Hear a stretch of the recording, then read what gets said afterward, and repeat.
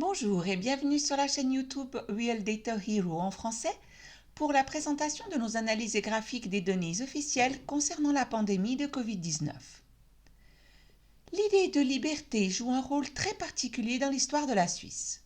En particulier à cette époque de pandémie, les attitudes politiques fondamentales changent partout dans le monde et consciemment ou inconsciemment, délibérément ou par manque d'alternatives, on assiste à un empiétement sur des libertés civiles auparavant inviolables. La Suisse a toujours été fière, soutenue par la souveraineté du peuple, même en se soustrayant aux alliances apparemment nécessaires et aux contraintes exercées. Elle jouit néanmoins d'une réputation politique internationale incontestée.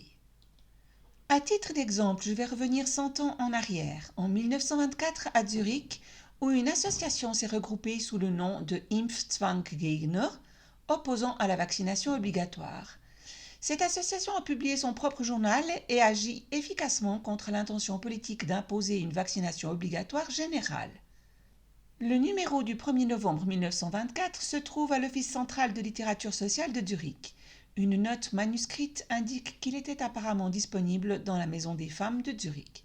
Certains extraits de l'éditorial de ce numéro donnent un bon aperçu de l'image que les citoyens suisses ont d'eux-mêmes. Premier paragraphe. La contrainte est la pire des choses. Il y a un an s'est déroulée une votation sur le monopole de l'alcool. L'affaire était tout à fait claire. Tous les signes étaient en faveur de l'acceptation. Aucun savant ne contestait que c'était une bonne chose recommandable. Les gens attendaient ce vote avec sérénité et pensaient que l'objet serait certainement adopté. Mais le résultat nous a prouvé que nous avions tort. Le projet de loi sur le monopole de l'alcool est tombé parce que le peuple suisse ne voulait pas non plus de contraintes dans ce domaine. L'autre jour, dans le canton de Bâle, on a voté sur la loi médicale dont le but est de libéraliser l'exercice de la médecine.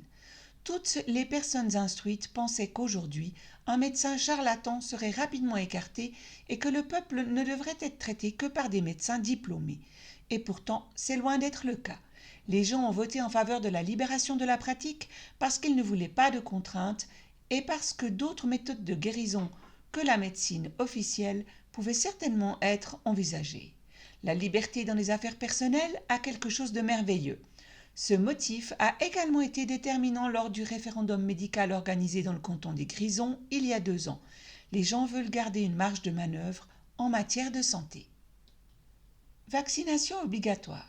Si l'on votait demain pour savoir s'il faut ou non rendre la vaccination obligatoire, je parierais que cette loi serait rejetée en bloc. Qui nous impose donc cette loi sur la vaccination obligatoire et dans quel but sommes-nous bâillonnés de telle sorte que nous devons nous laisser empoisonner ? Réponse. Le Conseil fédéral et ses partisans. Mais ce dernier a-t-il le droit de mettre en danger et de porter atteinte à la santé des citoyens de cette manière ? La question de la vaccination est tellement contestée et son succès également discutable. Il faut absolument refuser à l'État le droit d'agir de la sorte. Si la population perd confiance en ses autorités dans de telles circonstances, ce n'est pas étonnant. Tout représentant du peuple est censé avoir un sentiment pour ses concitoyens. On n'accomplit en général pas grand-chose avec la contrainte. Heureusement, les médecins et les autorités qui s'occupent du problème de l'iode ont également compris que forcer les gens à prendre de l'iode serait une erreur totale. La loi sur la tuberculose qui est dans les tiroirs à Berne est également tout à fait condamnable car elle prévoit une forte contrainte. Exigence politique. Ceux qui sont convaincus des bénéfices de la vaccination peuvent se faire vacciner, mais ils ne doivent pas importuner les autres. Si quelqu'un a encore des doutes sur l'utilité ou la nocivité de la vaccination, il devrait lire attentivement les longues listes de décès et de dommages causés par les vaccins figurant dans ce journal. Tous les adeptes de la vaccination devront réviser un peu leur opinion lorsqu'ils liront tous les dommages graves qu'elle a causés. Il s'agit d'un langage irréprochable et convaincant si l'on considère que les dommages liés à la vaccination énumérés dans notre journal ne correspondent même pas au centième des dommages qui se sont produits. On pourrait enregistrer là de nombreux volumes épais si l'on voulait compiler tous les dommages causés par la vaccination au cours des dernières années seulement. À mon avis, cette question n'est pas du tout une question scientifique, mais une question de pouvoir de la médecine officielle. Ces messieurs qui sont à la tête du département de la santé ont un certain point de vue, et c'est ce point de vue qui est maintenant décisif pour le Conseil fédéral. Mais si ces messieurs ont tort, Cela n'aurait-il pas de très graves conséquences? C'est pourquoi nous demandons très humblement que la vaccination obligatoire soit immédiatement abolie. Dernier paragraphe sur la motivation de l'association. Dans le numéro 5 de ce journal, les raisons juridiques de l'abolition immédiate et inconditionnelle de la vaccination obligatoire sont mises en évidence. Aujourd'hui, nous voulons montrer que les intérêts de la santé et du bien-être public l'exigent aussi impérativement. Toute personne qui étudie objectivement les succès de la vaccination dans les pays où elle est obligatoire, qui parcourt les travaux pertinents de médecins et de scientifiques éminents, qui compare les dégâts de la vaccination survenus en Suisse ces dernières années avec l'évolution inoffensive de la variole et qui, fin de citation. Voilà qui risque de hérisser le poil à de nombreux défenseurs de la vaccination, compte tenu de la banalisation avancée comme irresponsable de la variole, qui est considérée comme l'une des maladies infectieuses les plus redoutées jusqu'au XXe siècle, avec de nombreux décès. Un blog de l'Université de Zurich apporte des éclaircissements à ce sujet, car l'épidémie de 1921 à 1926 a été relativement bénigne selon cet article. Un coup d'œil à la Bibliothèque municipale de Genève nous permet de replacer ce sujet controversé dans une perspective historique en Suisse. Sur la question de la vaccination obligatoire en relation avec la vaccination antivariolique, on peut y lire. Le succès du vaccin antivariolique favorisa la vaccination obligatoire. Celle-ci fut introduite avant 1860 dans quelques cantons, mais diversement acceptée.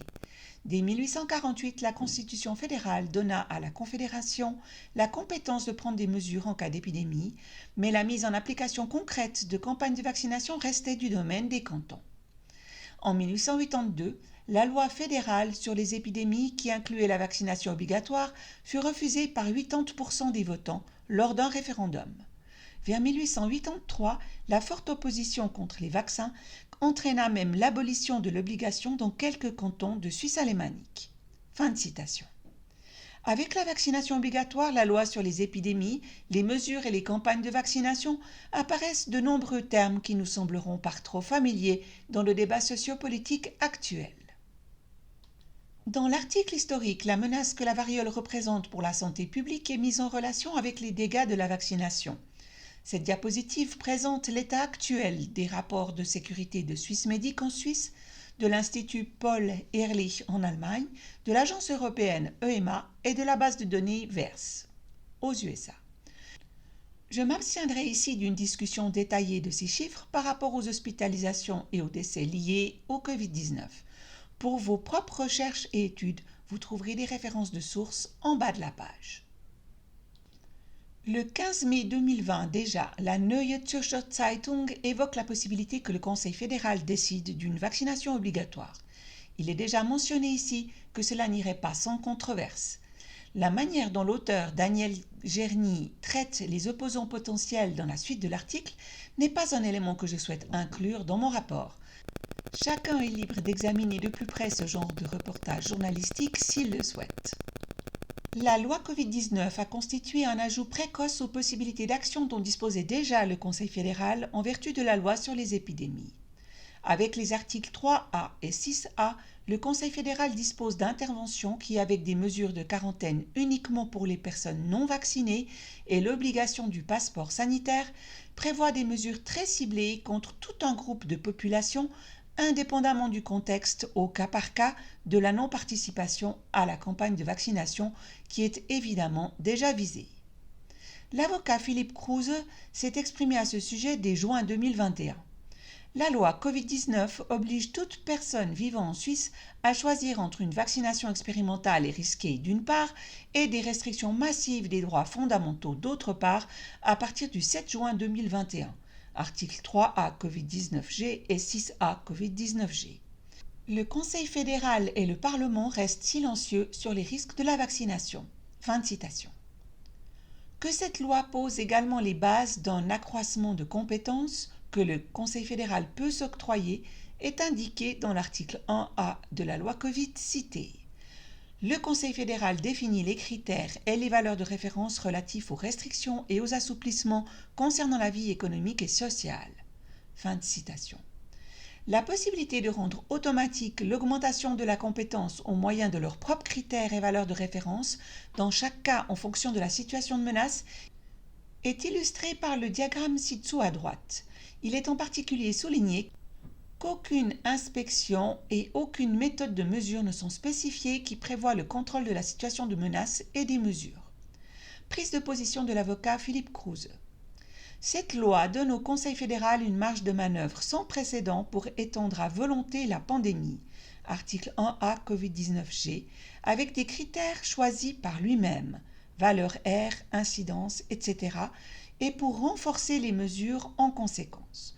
Le seul objectif de la loi sur les épidémies est de prévenir une menace réelle et immédiate pour la santé publique en Suisse.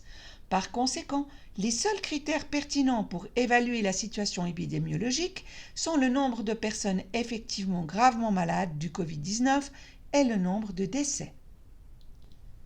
La possibilité particulière de faire voter le peuple sur les décisions du gouvernement par le biais d'un référendum facultatif est une option unique qui permet la démocratie directe par les électeurs en Suisse. Le 28 novembre, un référendum sur le durcissement de la loi Covid-19 se déroulera pour la deuxième fois, loi Covid pour laquelle le Conseil fédéral a reçu bien plus que les voix électorales nécessaires à un rythme sans précédent. Les citoyens suisses, mais aussi la communauté internationale, attendent avec impatience de voir comment le peuple souverain suisse se positionnera par rapport à la quête de pouvoir du Conseil fédéral, dont on sait qu'elle est autocratique. J'espère vous avoir donné quelques éléments historiques sur le rôle actif du peuple suisse dans le contrôle des décisions politiques.